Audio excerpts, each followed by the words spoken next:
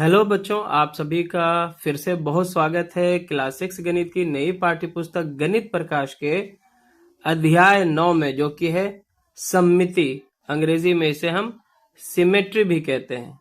आज के इस सेशन में हम इसका पहला भाग पढ़ेंगे, जो कि बेसिकली सममिति का परिचय है, इंट्रोडक्शन टू सिमेट्री है। और आज के इस सेशन में हम पेज नंबर 217 और 218 को डिस्कस करेंगे। तो आइए शुरू करते हैं आज का ये सेशन। ये पूरा ही चैप्टर काफी इंटरेस्टिंग है। आगे हम सममिति अक्ष, घूर्णन सममिति इत्यादि के बारे में भी जानेंगे। आज हम इसका परिचय देखते हैं। आइए शुरू करते हैं। आप अपने चारों ओर देखिए, आपको कई ऐसी वस्तुएं मिल सकती हैं जो आपका ध्यान आकर्षित करती हैं, आपको अट्रैक्ट करती हैं, आपका मन जो है लुभाता है। उनमें से कुछ नीचे दी गई हैं, जैसे फूल, तितली, रंगोली जो खासकर दिवाली के ओकेजन में बनाया जाता है, और फिरकी। ये सारे देखने में तो काफी सुंदर दिखाई दे ही रहे हैं और काफी आकर्षित भी हैं, देखने में काफी अट्रैक्टिव लग रहे हैं। और एक एक करके हम इन सबको डिस्कस करेंगे। सबसे पहले हम बात करेंगे इस फूल की। तो आइए इसका एक दूसरा चित्र लेंगे और इसे अच्छे से समझते हैं। यहाँ पे कहा जा रहा है कि ऊपर दिए गए चित्रों में सुंदरता प्रतीत होती है, यानी कि इसकी खूबसूरती जो है देखने को मिल रहा है। आइए हम सबसे पहले इस फूल को ध्यान से देखते हैं। फूल को हम किसी भी तरफ से देखें, वह हर तरह से क्या है, सुंदर, आकर्षक एवं जैसा है वैसा ही दिखाई देता है ना। अगर हम तितली की बात करें तो तितली के विषय में आपका क्या विचार है? तो आप कहेंगे कि तितली के जो रंग हैं, जो इसका कलर है, वो बहुत ही आकर्षक है। क्या आपको तितली के विषय में कुछ और आकर्षक लगता है? तो यकीनन हम कह सकते हैं कि तितली का जो दायां भाग है, दाईं ओर जो दो इसके पंख हैं, बाईं ओर के पंख में भी हूबहू वही पैटर्न है, वैसा ही कलर है, जैसा कि दाईं ओर है वैसा ही बाईं ओर है। ये हम देख पा रहे हैं। साथ ही साथ एक और चीज है कि अगर हम इस तितली को दो बराबर भागों में बांट दें, यानी कि इस तितली को बीच से अगर हम इस तरह से इसका एक लाइन बना दें, ठीक है, एकदम ठीक बीचों बीच रख के एक लाइन अगर हम यहाँ से खींच दें, तो ये तितली जो है दो बराबर भागों में बंट जाएगी, है ना। यानी कि इसका बायां भाग इसके दाएं भाग के बराबर हो जाएगा। ठीक है, यहाँ पे भी दो पंख, यहाँ पे भी दो पंख, और हू बहू डिजाइन, हू बहू सब कुछ सेम पैटर्न जो है दोनों ओर हो जाएगा। तो ये हमें दिखाई दे रहा है। ऊपर की सभी आकृतियों को देखने से ऐसा प्रतीत होता है कि आकृति के कुछ भाग जो है दोहराए गए हैं, और ये दोहराव एक निश्चित पैटर्न में घटित होते दिख रहे हैं। क्या आप देख सकते हैं कि रंगोली की आकृति में क्या दोहराया गया है? तो आइए हम इस रंगोली की आकृति को अच्छे से देखते हैं। हमारा जो रंगोली है कुछ इस प्रकार का है। हमें इस रंगोली के केंद्र में एक वृत्त, एक सर्कल दिखाई दे रहा है, और इसके चारों ओर जो है 8 छोटी छोटी पंखुड़ियां हैं, पेटल्स हैं, और फिर हर दो पंखुड़ी के बीच में एक और पंखुड़ी है ना। इस तरह से यहाँ पे 6 और पंखुड़ियां हैं, और बाहर की ओर जो बड़ी बड़ी पंखुड़ियां हैं वो 4 हैं। ठीक है, और ये चारों के चारों एक जैसे ही दिखाई दे रहे हैं, बिल्कुल समान दिखाई दे रहे हैं, और हू बहू यहाँ पे बाकी की जो छोटी पंखुड़ियां हैं वे सब भी एक दूसरे से बिल्कुल समान दिखाई दे रही हैं। हाँ, यहाँ पे हम देख पा रहे हैं कि ऊपर की ओर इस तरह का 2 और पंखुड़ी है जो बाहर की ओर है, ऊपर और नीचे 2 हैं, दाएं बाएं एक एक हमें दिखाई दे रही हैं। फूल को केंद्र के चारों ओर 90 अंश तक घुमाया जाता है तो उसकी लाल पंखुड़ियां अपने आप वापस आ जाती हैं। जैसे देखिए अभी इस तरह का हमें रंगोली दिया गया था, इसे हम 90 डिग्री घुमाते हैं इस तरह से। देखिए अभी ये इस तरफ है, 90 डिग्री घुमाएंगे तो ये यहां आ जाएगा इस तरह से। देखिए अब ये 90 डिग्री घूम चुका है, लेकिन इसकी जो पंखुड़ियां हैं वो हूबहू वैसी की वैसी दिखाई दे रही हैं, चाहे छोटी हो चाहे बड़ी हो। इसके साथ ही रंगोली के अन्य भागों के साथ भी ऐसा ही होता है।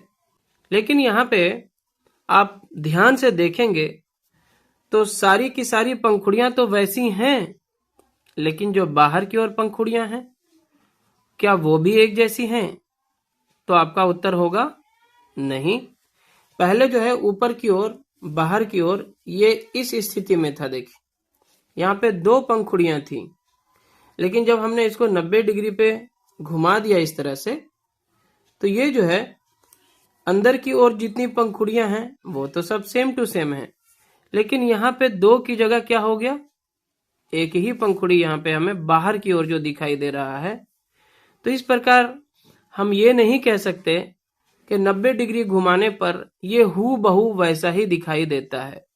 हाँ, अगर हम इसे 180 डिग्री पे घुमा दें, जैसे देखिए पहली स्थिति में ये है, ठीक है, यहां से ऐसा एक बार घुमाएंगे आप इसको, यहाँ पे मैं चिन्हित कर दे रहा हूं।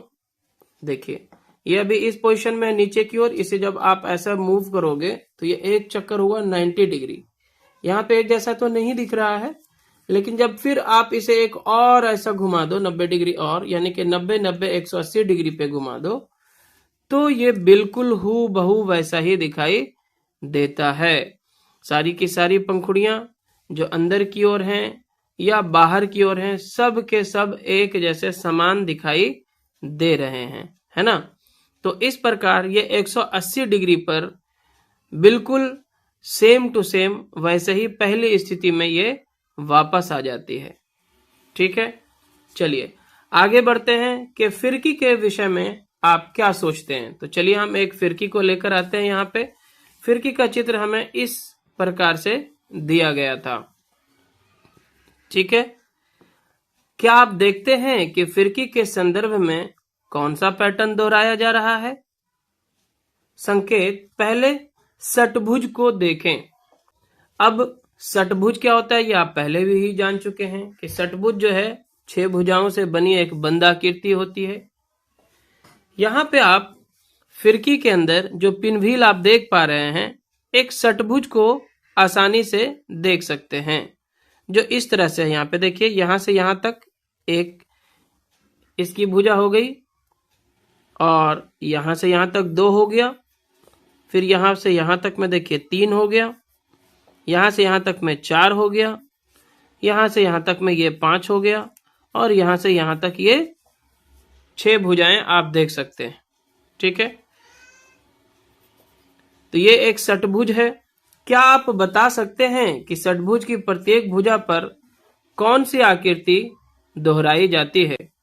तो यहाँ पे हम देख पा रहे हैं, इसकी प्रत्येक भुजा को अगर ले लें, ये ऊपर की ओर एक भुजा है, यहाँ पे देखिए एक आकृति है जो इस तरह से दोहराई जा रही है। 1 भुजा, 2 भुजा, 3 भुजा, ये 4 भुजा है। ये एक समांतर चतुर्भुज हो सकता है या समचतुर्भुज हो सकता है। इस तरह से हम कह सकते हैं कि इसकी प्रत्येक भुजा पर आप इस तरह से मूव करके देखो तो ये एक यहाँ पे आपको चतुर्भुज दिखाई पड़ेगा, और इस चतुर्भुज के अंदर आपको 2 त्रिभुज दिखाई पड़ेंगे, एक सीधा एक उल्टा त्रिभुज है। तो हर भुजा पर जो है हमें एक चतुर्भुज दिखाई पड़ता है। ठीक है, इस तरह से आप देख सकते हैं। ठीक है, ये देखिए, इसकी प्रत्येक भुजा पे हमें बाहर की ओर एक चतुर्भुज, जिसे हम क्वाड्रिलेटरल भी कहते हैं, ये दिखाई देता है, और सब पे ही हर भुजा पे समान रूप से दिखाई देता है, और इस चतुर्भुज को 2 त्रिभुजों में बांटा हुआ है। चलिए आगे क्या कहता है, प्रत्येक भुजा पर चिपकाई गई आकृति का आकार क्या है? तो हम कह सकते हैं कि यह एक चतुर्भुज के आकार का है। आगे है कि जब आप षटभुज की सीमा रेखाओं के साथ आगे की ओर बढ़ते हैं तब आकृतियां कैसे बनती हैं। तो ये हमने देखा ही है कि जब हम इसके भुजाओं के साथ आगे बढ़ते हैं तो ये आकृतियां जो है एक चतुर्भुज का रूप लेती हैं। ठीक है, साथ ही साथ आप यहाँ पे देख सकते हैं कि ये जो हमारा षटभुज है इसमें 6 भुजाएं हैं। इसे हम कितना डिग्री पे मूव करें कि ये फिर जस की तस हमें दिखाई दें। तो आप देख सकते हैं कि यहां से जब ये पूरा एक सर्कल घूम जाए तो ये 360 डिग्री होता है ना। अगर हम इस भुजा को यहां से यहां तक इसकी जो घूर्णन है इसको देखें तो केवल इतना आएगा, फिर यहां तक आएगा 2, यहां तक आएगा 3, यहां तक आएगा 4, यहां तक आएगा 5, यहां तक आएगा 6। यानी कि ये 360 डिग्री को 6 भागों में पूरा करेगा। 6 बार घूमने पर ये जो है 360 डिग्री तक पहुंचेगा। अतः एक बार घुमाने पे ये जो है 360 डिग्री भागा 6, 6 छके 36 और 0, 60 डिग्री घुमाने पर ये जो है फिर से वैसा ही रूप ले लेगा। तो बच्चों आपने फिरकी में जो षटभुज है इसके बारे में जाना कि ये जो है हर एक बार घुमाने पे 60 डिग्री घुमाना पड़ता है और इस तरह से 6 बार घुमाने के बाद ये अपना घूर्णन जो है पूरा करता है। हालांकि हर एक बार घुमाने से इसकी आकृति जो है जस की तस बनी रहती है, इसमें कोई परिवर्तन देखने को नहीं मिलता है। इसके लिए मैंने यहाँ पे क्या किया है, मान लेते हैं कि इसका ये पहला भाग है। मान लेते हैं कि ये अभी अपनी ओरिजिनल स्थिति में यहाँ पे इस तरह से है। यहाँ पे हमने 1 लिख दिया है, यहाँ पे 2, यहाँ 3, यहाँ 4, यहाँ 5 और यहाँ 6 हमने मेंशन कर दिया है। अब इसे हम एक सेंटर पे रख लेते हैं। मान लिया जाए ये हमारा पेंसिल को हमने यहाँ पे सेंटर बना लिया। ये अभी अपनी पहली स्थिति में है और इस पॉइंट के सामने ये 1 पे अभी है। मैंने इसे 60 डिग्री घुमा लिया। 60 डिग्री घुमाने पे यहाँ पे 2 आ जाता है। पहली बार अभी हमने मूव किया है। दूसरा बार जब हम घुमाते हैं तो देखिए यहाँ पे 3 आ जाएगा। तीसरा बार घुमाएंगे तो यहाँ पे जो है 4 आ जाएगा। ठीक है, और जब चौथा बार घुमाएंगे तो 5 आ जाएगा और जब हम 5वां बार घुमाएंगे तो 6 आ जाएगा इसके सामने और जब छठा बार घुमाएंगे तो वापस ये 1 यहाँ पे आ जाएगा। यानी कि जब हम इसे 6 बार 60-60 डिग्री पे घुमाते हैं तब ये जो है पूरा एक घूर्णन 360 डिग्री का कर लेता है। हालांकि जब भी हम इसे मूव करते हैं तो इसकी आकृति में कोई बदलाव नहीं आता है। ये पहले के जैसा ही हमें दिखाई देता है, जस का तस हमें दिखाई देता है। आपने भी बचपन में जरूर से फिरकी जो है बनाकर अपने हवा में इसे उड़ाया होगा, या नहीं तो ये मेला वगैरह में आपको मिल जाता है रेडीमेड, तो वहां से भी आपने लेकर इसे जरूर से उड़ाया होगा। चलिए आगे बढ़ते हैं। अन्य चित्रों के विषय में आप क्या कह सकते हैं? विशेष रूप से उन संरचनाओं के विषय में क्या कह सकते हैं जो आपको आकर्षित करती हैं? इसके साथ ही आप बताइए कि इन संरचनाओं में कौन से पैटर्न दोहराए जा रहे हैं। तो चलिए एक आसान सा एग्जांपल लेते हैं। मान लिया जाए ये एक सीलिंग फैन है, ये हर घर में आपको मिल जाएगा। यहाँ पे हम देख पा रहे हैं कि सीलिंग फैन में भी क्या है, 3 पंखे लगे हुए होते हैं, 3 इसकी जो है लीड्स होती हैं और ये जो है अपना इस तरह से घूमता रहता है ना। पंखा जो है घूमते रहता है। इसमें जो है 3 पंख हैं। तो इन मान लिया जाए कि ये अभी इस पोजीशन में है, यहाँ पे है। यहां से यहां तक जब ये वापस घूम के पुनः इस जगह पे आ जाता है तो ये एक चक्कर इसकी पूरी हो जाती है 360 डिग्री की। और इसमें चूंकि 3 पंख है तो इन तीनों के बीच की दूरी कितनी होगी? तो इस बार हम क्या करेंगे, 360 में 3 से भाग दे देंगे तो आ जाएगा 3 इकाई 3, 3 दूना 6, 3 0 0, 120 डिग्री होता है। यानी कि हर 120 डिग्री घुमाने के बाद ये जो है पंख इसका जो है इस तरह से बदल रहा है और 3 बार घुमाने के बाद ये वापस एक चक्कर पूरा कर लेता है, 360 डिग्री हो जाता है। तो ऐसे और भी कई आकर्षक पैटर्न हैं जो हमारे दैनिक जीवन में हमें देखने को मिलते हैं। दूसरी ओर बादलों की इस आकृति को आप देख सकते हैं। यहाँ पर कोई दोहराव वाला पैटर्न नहीं है। यहाँ पे आप इस बादल को ऐसा देख के कुछ नहीं कह सकते कि इसमें कोई पैटर्न जो है बार बार दोहराया जा रहा हो। ये एक रैंडम आकृति है जिसमें कोई पैटर्न नहीं बन रहा है।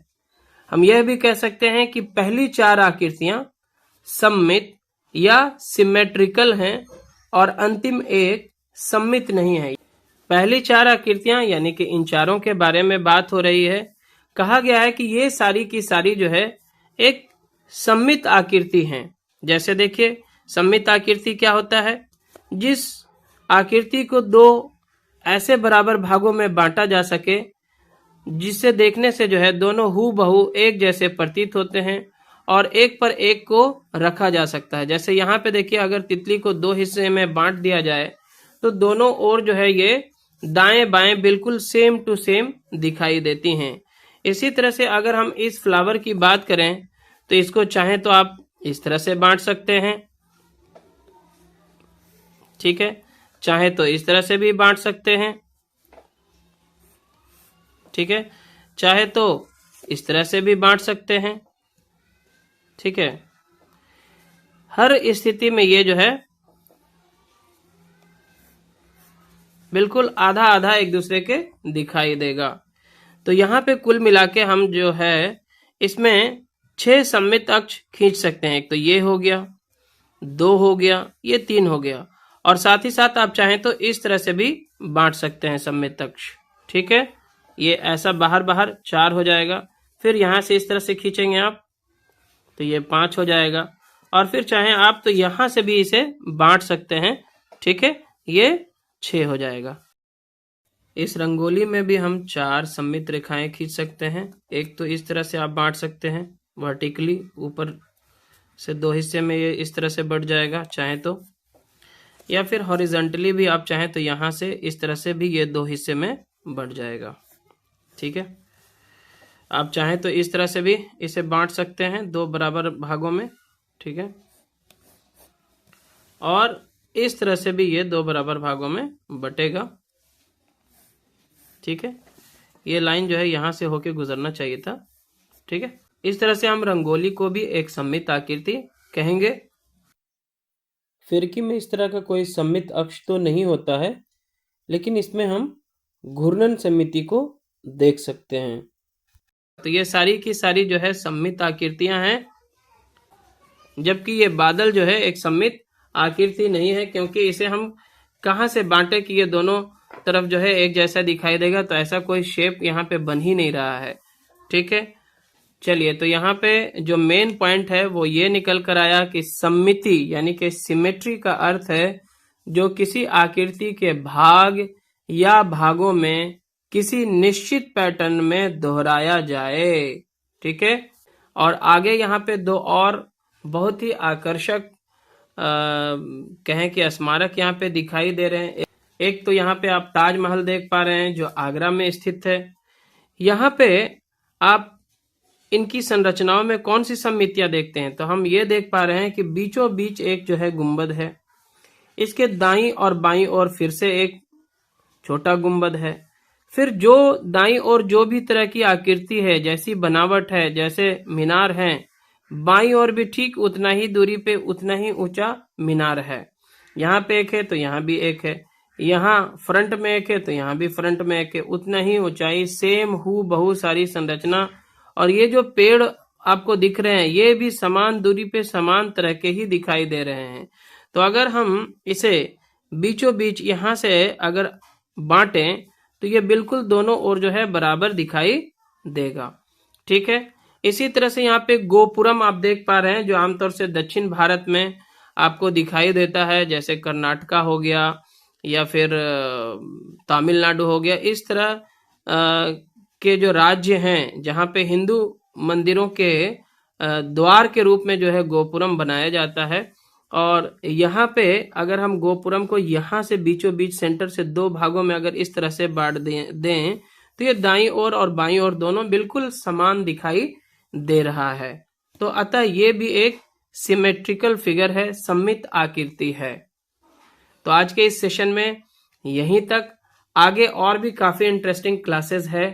तो इसे कंटिन्यू रखेंगे। वीडियो लेसन अगर पसंद आए तो जरूर से इसे लाइक करें, शेयर करें अपने सभी दोस्तों के साथ। चैनल पे नए हैं या अपने चैनल को अभी तक सब्सक्राइब नहीं किया है तो सब्सक्राइब जरूर करें। धन्यवाद।